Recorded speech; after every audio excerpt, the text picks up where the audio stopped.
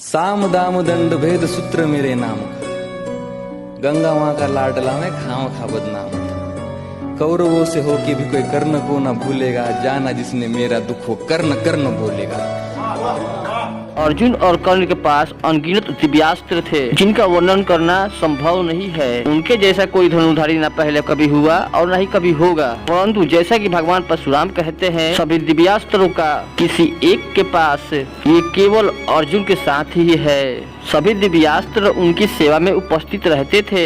अर्जुन के पास भगवान प्रजापति ब्रह्मा का ब्रह्मास्त्र, प्रजापति अस्त्र और सौरदयी ब्रह्माश्री अस्त्र, इसी के साथ भगवान श्री नारायण का दिव्य अस्त्र मौजूद होते थे। कर्ण की दिव्य अस्त्र की बात करें तो कर्ण के पास भी जो दिव्य अस्त्र थे वे किसी महाप्रलय के लिए कामयाब थे। कर्ण के पास अग्नि अस्त्र, गरुणास्त्र, वैभवास्त्र, पर्जन्यास्त्र जैसे और भी कई हथियार मौजूद थे। कर्ण ने कृष्ण से पूछा कि मेरा जन्म होते ही मेरी माँ ने मुझे त्याग दिया, क्या अवैध संतान होना मेरा दोष था?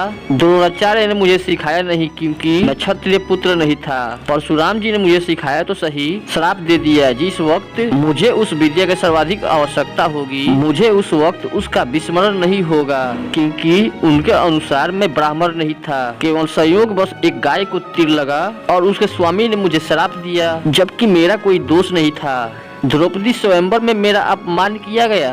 माता कुंती ने आखिर में मेरा जन्म रहस्य बताया भी तो अपने उन बेटों को बचाने के लिए। तो जो भी मुझे प्राप्त हुआ है दुर्योधन से ही हुआ है, तो अगर मैं उसके तरफ से लड़ूं तो मैं गलत हूँ।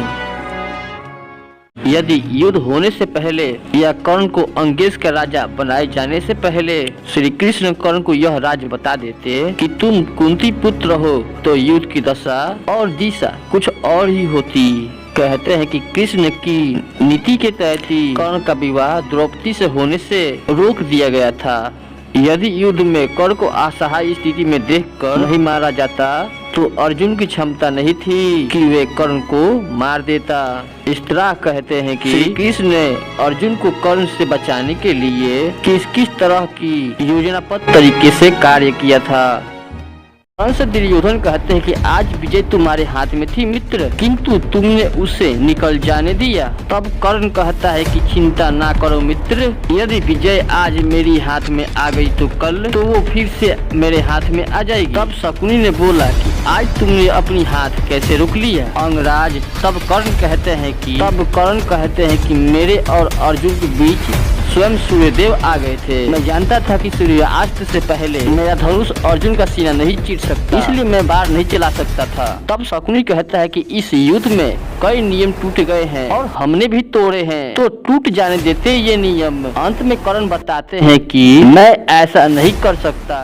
कर्ण अत्यंत भयंकर बाणों का वर्षा अर्जुन के ऊपर किए जा रहा था और अब उनके बाणों की वर्षा से श्री कृष्ण को भी बाण लगते गए और उनके बाण से श्री कृष्ण का कवच कटकर नीचे गिर गया और उनके अंग पर बाण लगने लगे। और रथ के छत पर बैठे पवन पुत्र हनुमान एक सूर से नीचे अपने आराध्य के ऊपर देख रहे थे और अब श्री कृष्ण कवचहीन हो गए थे और श्री कृष्ण के ऊपर कर्ण लगातार बाण मारते जा रहा था। और अब ये पवन पुत्र हनुमान जी से सहन नहीं हुआ और आसमान में उड़कर कर्ण को मारने के लिए अपने दोनों हाथ खड़े कर दिए। फिर ये सब करने से पहले श्री कृष्ण ने उन्हें रोक दिया। कर्ण थोड़ा और सोचते तो कौरव पक्ष महाभारत का युद्ध वे जीत सकते थे। अब कर्ण के पास अर्जुन से भी ज्यादा शक्ति थी, क्योंकि धनुष और बाण में संपन्न ज्ञानी थे और सबसे ज्यादा उनमें शक्तियाँ कर्ण के विजय धनुष में ऐसी खूबियाँ थी जो अर्जुन के गांडीव धनुष में नहीं थी। कवच कुंडल, जब तक कर्ण के पास उनका कवच और कुंडल था तब तक कर्ण को कोई मार नहीं सकता था। अमोघास्त्र, कर्ण ने अमोघास्त्र का प्रयोग दुर्योधन के कहने पर भीम पुत्र घटोत्कच के ऊपर किया था। और सबसे महत्वपूर्ण कुंती को दिया गया वचन, जो हर समय कर्ण की हाथ रोक रहे थे।